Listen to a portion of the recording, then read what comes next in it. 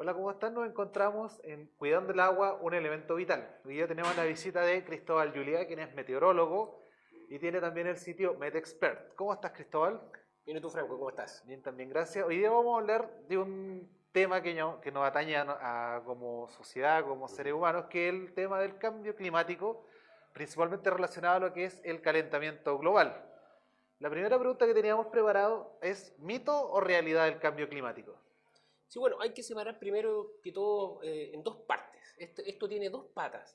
Uno es el cambio climático, que es un proceso que todavía está en investigación de cuál es el origen, en el sentido de si se está produciendo, hay por ejemplo teorías respecto que es de origen humano, otras que es parte de los procesos naturales que vive el planeta Tierra. ¿Y qué es lo que genera además este cambio climático? Que está muy ligado a lo que es el calentamiento global. ¿Cómo se produce este calentamiento global? El origen del calentamiento global se debe principalmente a los aumentos en los índices de CO2, de dióxido de carbono, en la atmósfera, lo que genera un efecto invernadero y por lo tanto el planeta se empieza a calentar. Y este calentamiento que se produce a nivel global comienza relativamente a generar cambios en los climas, que el clima, dicho sea de paso, se define por un periodo de más de 30 años de variables que terminan definiendo cómo es el clima de la zona. Entonces está estrechamente relacionado. No es un mito.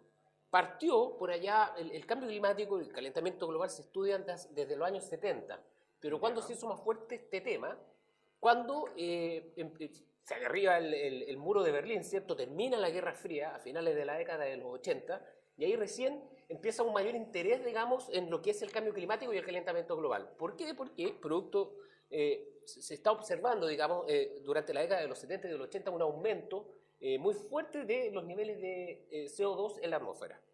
Y posterior a eso ya tenemos, imagínate, ya han pasado 30 años, 40 años desde que comenzó eso, entonces ya a esta altura podemos hablar de que hay un dato duro, medido, observado a nivel global, de lo que es el cambio climático y el calentamiento global, donde la temperatura ha aumentado en un par de décimas, que uno podría decir es poco, un par de décimas de aumento de temperatura, pero eso significa mucho en lo que respecta a los climas definidos de ciertas regiones. O sea, en términos prácticos, ¿cómo nos afectaría a nosotros como seres humanos, principalmente en lo que es el calentamiento global? Claro, lo que pasa es que, a ver, bueno, el calentamiento global es muy paulatino, ocurre de manera muy progresiva, no se nota de un día para otro, tiene que pasar mucho tiempo para que lo empecemos a notar. Pero siempre los primeros cambios uno los empieza a afectar, perdón, lo empieza a notar cuando comienzan a afectar la actividad humana. Pongámonos, y sobre todo, de hecho, también en lugares o zonas donde son especialmente sensibles. En este caso, la región de Coquimbo es una zona especialmente sensible al cambio climático. ¿Por qué? Porque la región de Coquimbo se encuentra ubicada justo en el límite de influencia de dos grandes sistemas climáticos. Uno por el norte, que es el que produce el desierto de Atacama, ¿cierto? Que es donde tienes un régimen desértico, que ese es el clima de esa zona del norte. Claro. Y por abajo nosotros tenemos un clima mediterráneo, que si tú te das cuenta, de hecho, tenemos más lluvia de Choapa y hacia el sur comienzan a incrementar las lluvias. Por lo tanto, tú tienes dos climas, uno por el norte y otro por el sur de la región de Coquimbo, y nosotros estamos justo en el medio. Entonces, ¿qué ocurre? Que el calentamiento global empieza a elevar la temperatura del planeta, comienza a afectar los climas y se empieza a notar primero en estos límites de grandes climas. Por ejemplo, donde no se notará mucho en un periodo largo de tiempo va a ser justo en pleno desierto de Atacama, es decir, van a pasar 50, 75, 80 años donde recién se van a empezar a notar cambios en el desierto de Atacama. Lo vemos quizás hacia el sur, donde llueve mucho, por ejemplo, no sé, tú tienes que en promedio en la isla de Chiloé precipitan 1200 milímetros al año. Entonces, no sé, pues va a bajar a 1100, a 1000 milímetros. Entonces, eso si tú lo ves desde una perspectiva del ser humano ahora, no se nota mucho, es como una variabilidad interanual, digamos, de precipitaciones. Claro. No es muy fuerte, pero donde sí se siente fuerte justo en estas zonas de transición climática como la región de Coquimbo, donde podemos pasar de acá con 80 milímetros al año, es más o menos poco, digamos, pero súper importante para el sector agrícola. El sector secano. Exactamente. Entonces, claro, si tú tienes que, como estamos en una zona limítrofe, insisto, de dos sistemas climáticos, eso te va a bajar a 40, a 30. Entonces tú ahí ya tienes lo que te decía recién, por ejemplo, de Chiloé, de 1200 a 1100, tú dices, bueno, son 100 milímetros, pero allá no se notan 100 milímetros. Acá Claro, se nota mucho, se siente. ¿entiendes? Entonces, por eso la región de Coquimbo pasa a ser también una zona de especial cuidado en lo que respecta a los efectos del cambio climático. ¿El cambio climático es cíclico? ¿Se puede revertir esto? Yo pienso, y si tú me preguntas cuál es la opinión personal respecto al cambio climático, es que es al menos en un 80% de origen natural. Parte de lo que dices tú, de un ciclo que está experimentando la Tierra. Sin ir más lejos, en la Edad Media, por ejemplo, y si tú empiezas a echar un vistazo a la historia del mundo, tú te das cuenta que en la Edad Media uno de los trajes clásicos, para poner el caso de los escoceses, eran unas faldas. Sí. Tú mandas a los escoceses ahora a la calle con falda en pleno invierno y se mueren. Entonces tú te preguntas de dónde nace esto, por qué su vestimenta es tan veraniega. Bueno, tenemos periodos en la historia humana donde hizo más calor, donde hubo calentamientos globales previos, donde la temperatura, en este caso por ejemplo en Escocia, que es un lugar bien septentrional, que se encuentra bien allá cerca del Polo Norte, tú tienes inviernos muy crudos, tú tienes por ejemplo imágenes del pasado donde, yéndonos al otro extremo, donde en el río Támesis, que pasa por Londres, ¿cierto?, congelado, donde la gente podía patinar, etcétera. Entonces, ya han habido cambios. Tenemos una pequeña edad de hielo justamente que se dio por allá por el año 1300 y tanto, en siglo XIV, donde también, que coincidió de hecho con la peste negra, de hecho la peste bubónica, que mató a una peste muy grande que afectó a Europa, y que tiene relación justamente con este cambio climático. O sea, ya hemos experimentado cambios climáticos donde se nos ha congelado un poco la Tierra, se nos ha calentado más la Tierra, y la humanidad ha seguido su curso. Y eso ha sido totalmente, no podemos echarle la culpa, digamos, por ejemplo, si en pleno siglo XIII tenemos un aumento de los niveles de CO2 cuando todavía ni siquiera ocurría la revolución industrial, etc.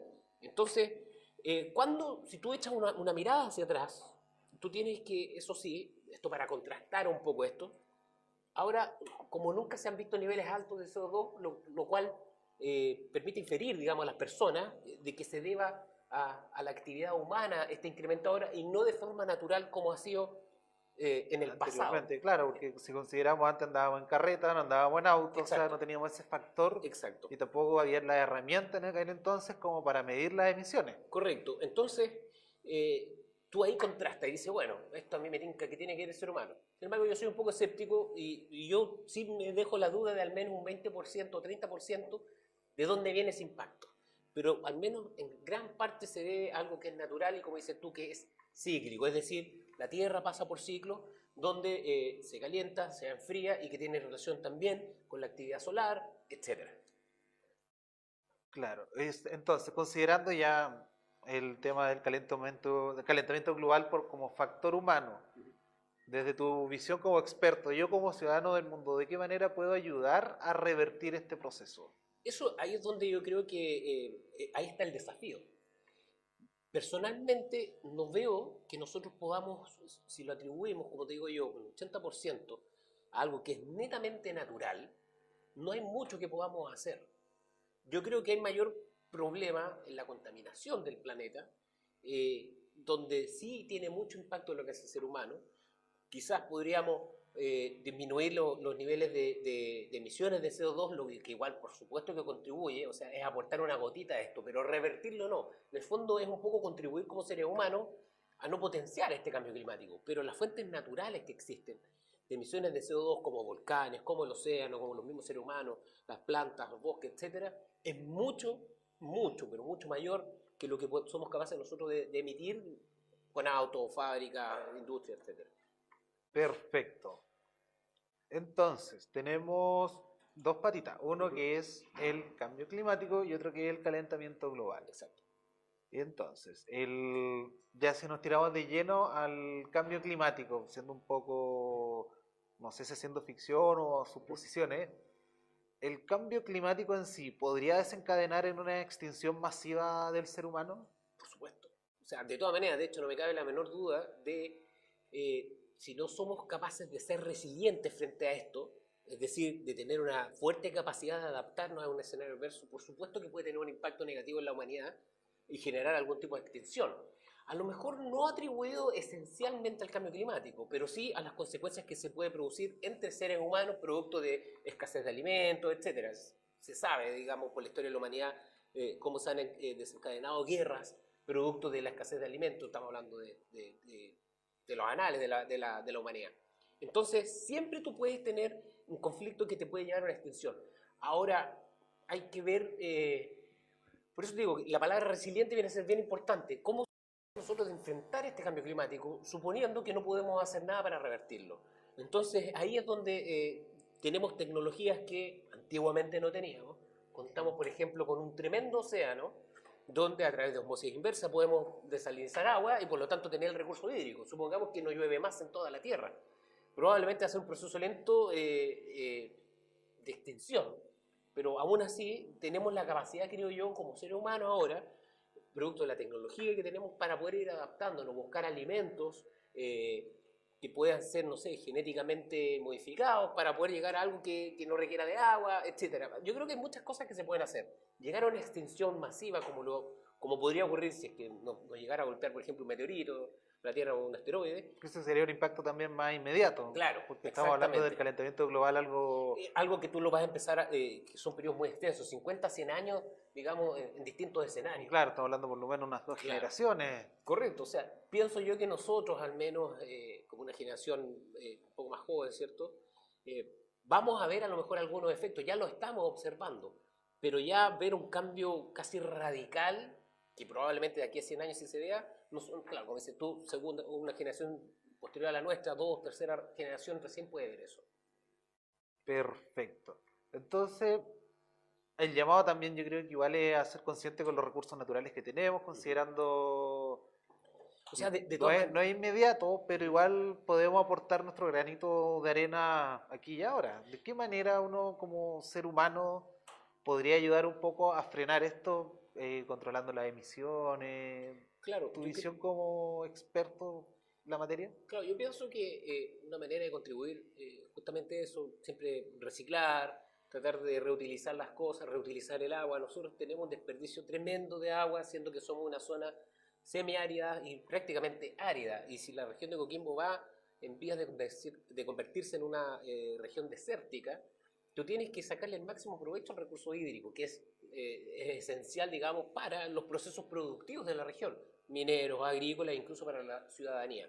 Entonces, muchas cosas podemos hacer como ser humano, en nuestras propias casas, podemos hacer, no sé, tratar de reutilizar el agua con el que lavamos, por ejemplo, los platos de la cocina, etc. Hay muchas cosas que podemos hacer y sí, yo creo que tenemos que trabajar en adquirir mayor tecnología, al menos aquí a nivel regional, para poder potenciar eso. Nosotros no lo hacemos.